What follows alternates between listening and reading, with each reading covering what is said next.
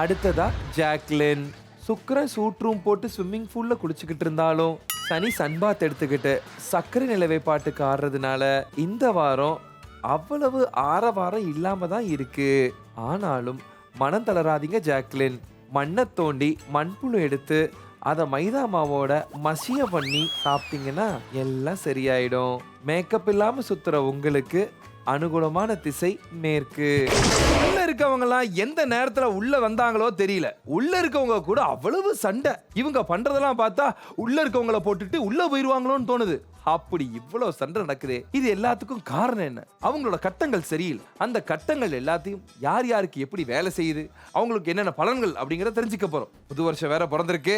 அதனால இந்த வருஷம் அவங்களுக்கு எப்படி இருக்கு அப்படின்னு சொல்றதுக்காக நம்மளோட ஜோசியர் ஜோல்னாபை ஜோதிலிங்கம் வந்திருக்காரு. அவங்களுக்கான பயன்களை என்ன சொல்றாங்கறத பார்த்துட்டு வாங்க. இது பிபி ஃபன் அன்லிமிட்டட்ல 8ல கண்டம். வணக்கம் பிக் பாஸ் நேயர்களே, நான் தான் உங்க கிரகங்களின் கிரஷ், கட்டங்களின் காதலன், ராசிகளின் ராஸ்கல், ரேகைகளின் ரேஷன் கார்டு, ஜோஷியர் ஜோல்னாபை ஜோதிலிங்கம் பேசுறேன். சுருக்கமா என்ன ஜோஜோன்னு கூப்பிடுவாங்க. பிஸ்கெட் போட்டு தான் கூப்பிடுவாங்க. அடிங்க சாப விட்டுருவோன்னு. சாரி மக்களே, கிரகங்கள் இங்க சரியில்லை. அதாவது மக்களே, நம்ம பிக் பாஸ் வீட்டுக்குள்ள இருக்கவங்களோட தலையெழுத்து, கையெழுத்து, உயிரெழுத்து எல்லாத்தையும் இங்க நாம கணிச்சு சொல்ல போறோங்க. புது வருஷம் வந்திருக்கு இல்லைங்களா? அதனால உள்ள இருக்க எல்லாருக்கும் அவங்களோட கிரக பலன்கள் என்ன சொல்லுது அப்படிங்கறத பார்த்தரலாம். முதலாவதா தீபக்.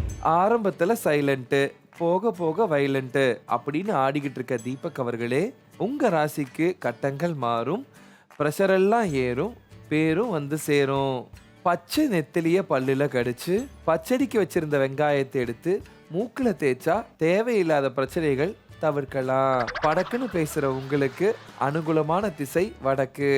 மஞ்சரி. உங்களுக்காக ராகு ராஷ்டிரிய ரைஃபிள்ஸ் மாதிரி போராடிக்கிட்டு இருந்தாலும் கேது கேம் ஷோக்கு போனதுனால உங்க ஷோ கொஞ்சம் டல்லா தான் போய்கிட்டு இருக்கு. வத்த கொழும்புல வறுத்த மீனை போட்டு அதை நத்த கூட்டுல ஊத்தி நக்கி சாப்பிட்டா சிறப்பான வாரமா அமையுங்க. நீங்க அவாய்ட் பண்ண வேண்டிய நம்பர் வீட்டுக்குள்ள இருக்க உங்க நண்பர். புரிஞ்சிருக்கும்னு நினைக்கிறேன். அடுத்ததா ஜாக்லின். சுக்கிரன் சூட் ரூம் போட்டு ஸ்விம்மிங் பூல்ல குளிச்சுக்கிட்டு இருந்தாலும் சனி சன்பாத் எடுத்துக்கிட்டு சர்க்கரை நிலவைப்பாட்டுக்கு ஆடுறதுனால இந்த வாரம் அவ்வளவு ஆரவாரம் இல்லாம தான் இருக்கு.